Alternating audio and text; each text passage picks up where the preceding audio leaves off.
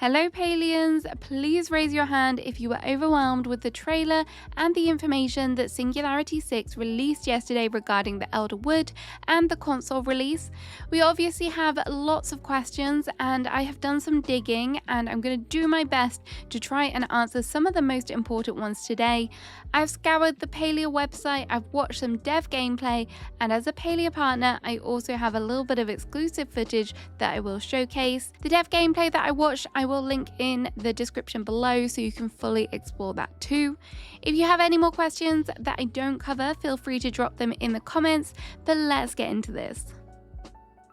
So first things first, will players who are relatively new to the game still be able to explore Elderwood on release day, or will it be locked behind a story? We have had confirmation that even if you're a new player, the Elderwood will still be available to you and everyone else, even if you have not completed the currently available main story quest lines. There is a little bit of a caveat to that though, because the developers have said that some aspects of gameplay will not be available until after you have completed the quest, but the majority of things you will still be able to do, so you'll be able to go and explore and play around, which is good, so you're not left behind if some of your friends are kind of out there at a different stage of gameplay to you. Where is the Elderwood? So right at the start of the trailer you will see the super large doors which are located in Bahari, and I know a lot of players have guessed that this will be the entrance. Well, you were right. I wasn't all that convinced, but obviously now we have confirmation, and on May 13th these doors will open and we will finally be allowed in. This spot is actually quite a good one and it's handy because it's quite close to the Bahari entrance from our plots, and there is also a travel board nearby. It is like they planned this and it's been under our noses the whole time. What is the lore behind the Elderwoods? There is still quite a lot of gaps in our knowledge about the lore behind the Elderwood. The Palia website obviously gave us a little bit of a hint. We know that this is a magical overgrown land and it's filled with an unknown essence that has spread, and we are going to be the ones to help Sabura to try and combat this. As for some new information, we now know that the Elderwood is an area on the edge of the Palian world and it is owned by a faction called the Umbran. The Umbran are more welcoming to magic, which is why this is their home. However, whilst exploring the Elderwood, you will also see that there are some destroyed areas, and this is because the Umbran were involved in a war approximately 30 years ago before the current playtime, and then subsequently because of that war they have abandoned the area. Through the quest we're going to learn more about these people and the story behind them, which is very exciting and intriguing. This is obviously the first time that we have had a new faction kind of added into the game. So how big is the map? So we can actually take a look at what the map looks like, and here it is. The map is so interesting to me and it was something that I was most looking forward to actually seeing. As you can see, the map is quite large. However, I don't think it's quite as large as what we've seen with Killamut and Bahari, and it is quite different because there are lots of tunnels and passageways between the key points of interest. If you look at the map here where Nio is currently stood, this is going to be the central stables area, which is where we saw, I think from the trailer, that kind of marketplace setup where the community kind of comes together, which I really like the idea of. But there are also key areas such as Warrior's Way, Sablefen Bog, the Furclaw Caverns, Twilight Canopy and Furclaw Passage. The theming of some of these areas can quite easily be guessed just by the name, such as the bog area, and there is lots of water here on the map, so this may be the area where we saw that the people were fishing in the trailer.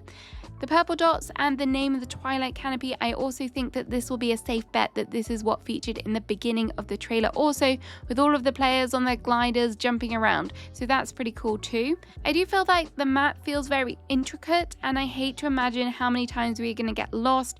I think you can kind of see that there are going to be lots of different levels here and it is going to be a lot of fun to explore because of that. Another major new thing that is being added to the game is artifacts and relics, and you might be thinking, what on earth are artifacts and relics? Well, they are a new form of gameplay. Whilst exploring the Elderwood, you will have the opportunity to locate artifact fragments. Some artifacts will be found on the map, and there are also statues which you can trade things in for. They will also be available from quests, and there is also the mention of rummage piles as well. Each artifact will form part of a set, and if you collect all of the corresponding set, you'll be able to create a relic. Relics are a new equipment that give buffs to you and also your party. There are multiple different kind of relics which can be stacked if you're playing with friends, so everyone can benefit to the max. Your relics will be able to be crafted at a special station in the central stables, and there will also be an area where you can trade in your artifacts for the relics, similar to what we have seen with the bundles. At the central stables, you will also find trading kiosks to trade your artifacts with other players if you are struggling to locate a specific one. We don't know yet what the buffs are going to be, but it would make sense for them to tie into the Elderwood's world somehow. Another thing that is keenly mentioned is essence, but we don't actually have a lot of information about what the essence is yet.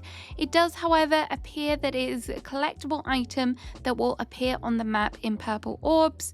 In the gameplay, it is also mentioned that they're infected creatures and you will not be able to hunt them with the current tools. So perhaps this is where the buffs and artifacts may actually tie in, but either way, this will play part of the storyline as we kind of have the idea that Sabura is trying to cure this as well.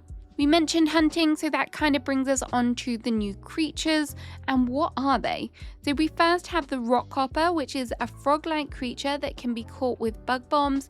This appears to come in different varieties and different rarities. From the developer play, it looks like the floating lantern rock hopper will be the rarest. The small are also new, and this has been inspired by the whack-a-mole game. These little creatures will pop out of a network of holes which are dotted around the map. They have a scary little mushroom-like appearance with some very funky eyebrows. These can also be hunted with arrows when they pop out of the ground. The final creature is the Ogapoo, which is the amphibian-style creature, which we have seen quite a lot. And this one has been described as cute but aggressive, and this is because they will actually fight back. The creature will actually spit at you to kind of slow you down, and if you don't manage to hunt them quick enough, they will run off into the water and dive away. We have also had confirmation that there are new fish and there is a form of shark, but the developers have said that this one will be very hard to catch, so be prepared for this one to be rare. There is also a jellyfish-like creature which will glow. Think how amazing that will look in a fish tank. We don't really have any more information about any more creatures or bugs, but I'm sure there will be more. What about new resources? What do we know so far about that? There is going to be obviously a lot of new resources that are unique to the Elderwood, and in the gameplay we have a sneak peek at some of them. The Ogapoo appear to drop a teal substance called oily skin and Ogapoo meat. The Schmoll appear to drop new forms of mushrooms such as the staircase and the elder clamp mushrooms. The player also seems to collect something called pixie berries, which are harvested in the bog area, and certain trees also give a substance called ancient wood. Palium has also been seen in the Elderwood, so hopefully this will make it more common to mine. Overall, I think these new resources are definitely going to form part of what we are going to need for when it comes to crafting the new furniture items, so be prepared to collect a lot of them.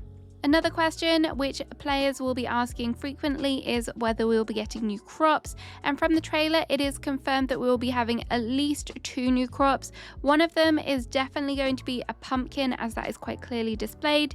The second one is going to be a form of crop, maybe a fruit or vegetable that is grown on a trellis. For me, my mind goes towards like peas because I know that they are kind of like a trailing plant. I can't really think of anything else that would be like a fruit or a vegetable. Otherwise you're thinking about flowers like sweet peas, like I mentioned in my trailer video. But this will be very interesting to see how this fits into rotation and what new recipes will come with that. In my deep dive of the trailer, we looked at some of the new plushies that are coming to the game, and it looks like there are going to be at least 5, maybe 6.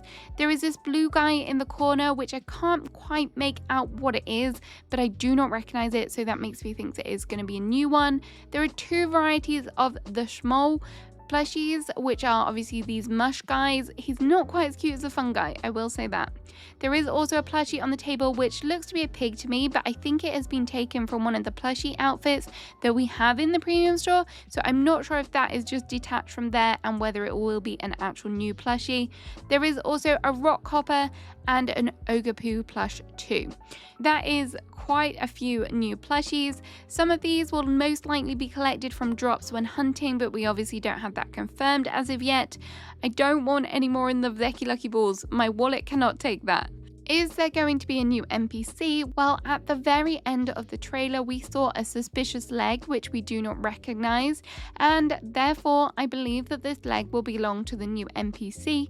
From the developer's playthrough, we also saw a snippet of a quest with Nio where he is trying to locate a lost boy, so I'm really sorry to players who are hoping for Sifu's wife to make a reappearance. It doesn't appear that she will be, or at least not yet. We have also had confirmation that the new NPC is going to be part of the Umbrian faction that we mentioned earlier, which kind of makes sense as to why the skin did not appear to be purple. Obviously, there are a lot of decorators in Palia, and you may be scratching your head as to how to get the furniture. Well, we took a deep dive into all of the furniture that was teased in the trailer in my other video, but there is going to be a lot of new items from what we have seen. They vary from outdoor pieces such as gazebos to more indoor items, including your kitchen sink. We have also had confirmation that one of the furniture sets will be hidden all around the map, and players will have to roam around to try and find the different pieces. You'll be able to unlock the recipes by collecting essence and trading it with a pixie for the recipe. I love this idea as it means that furniture will become obtainable just through exploration, which is much better than buying it at a stall. We will just have to wait and see how we obtain the rest of the items. How will you get around the Elderwood? Another very exciting feature that we have had a sneak peek of is the fast travel boards. They are obviously back again in the Elderwood, and you will be able to use them in the traditional way that we've seen in Kilima and Bahari, but there is a bit of a twist that we have been told about, that if you unlock all of the stable fast travel locations in the Elderwood, you will unlock the ability to craft a sign, and you will be able to then place that on your plot and fast travel from your plot. This is amazing. This is a bit of a game changer. I have been wanting this for so long, and it will definitely make getting around the maps that little bit quicker. In my previous video, where I went over everything we know about the Elderwood, there was mention about Tamala getting a potion shop. Well, is she? In the developer play, they mentioned about one of the NPC's hints at being a potion maker, and they said that she will finally open up and sell her wares. I think this is total confirmation that Tamala is going to be running her very own potion store. We'll just have to wait and see what kind of potions she will be selling. The final point that I want to talk about relates to cross-platform play. Obviously, this is going to be new for Xbox and PlayStation players, and you might be thinking, will you be able to cross-platform play? Will you be able to log into your accounts? Yes, you will. As the game is live service, if you log onto a different platform with your account, all of your data and information will carry over, which is great news. And this is something that we have seen working with the Switch to PC. And I also frequently kind of throw in Steam Deck gameplay as well. And I can say that it does work really nicely. I've never had any real issues with playing on different platforms on the same account. So there is your mind rest assured on that point. So there we go. I hope this helped explain a few bits for you and kind of give you a deeper overview of everything we know and what we can talk about currently. I'm sure there will be more information coming again soon. Please let me know in the comments what are your thoughts and feelings about the Elderwoods. Have a great rest of your day. Goodbye.